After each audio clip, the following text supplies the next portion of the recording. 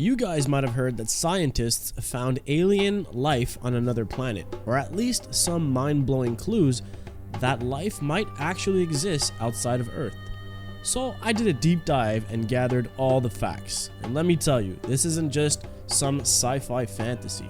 This is real science, and it's happening right now.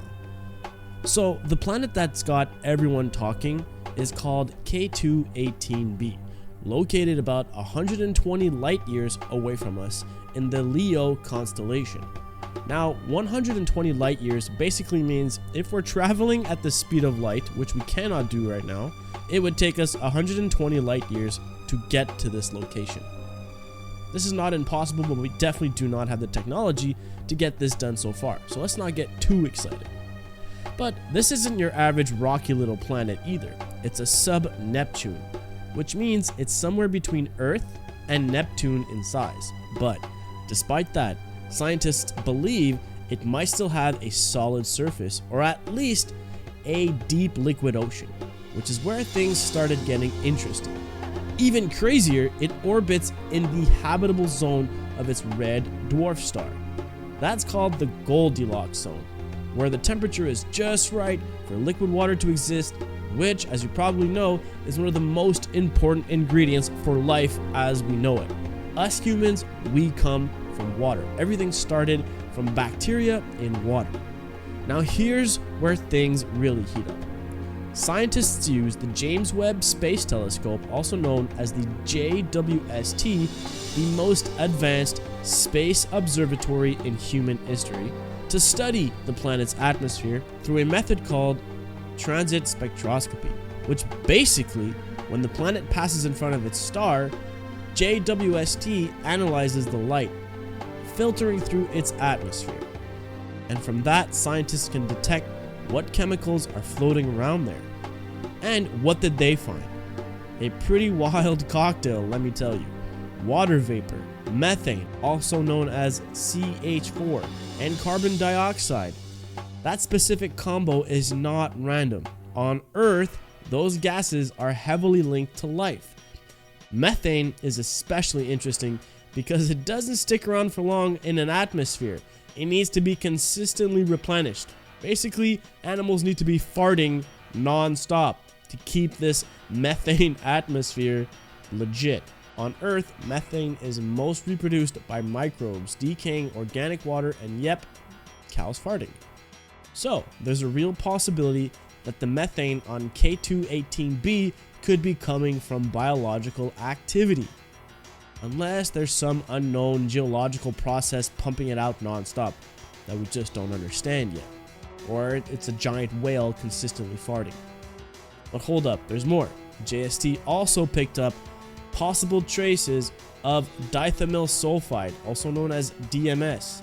Now this is huge because on Earth, DMS is produced exclusively by living organisms, especially tiny plankton in the ocean. No volcano, no mineral reaction, no chemistry trick we know of can create DMS without life. So, if DMS is really there, and we'll need more data to confirm it obviously, that's basically a big neon sign that says something's alive here. And just to put that into context, if we detected DMS in Earth's atmosphere from space, it'd be one of our strongest biosignatures. We're not just talking about maybe there's water, we're talking maybe there are living organisms actively producing stuff in this planet's atmosphere. Let's talk about the atmosphere itself for a second. K2-18b appears to have a hydrogen-rich atmosphere, which is very different from Earth's nitrogen-oxygen mix.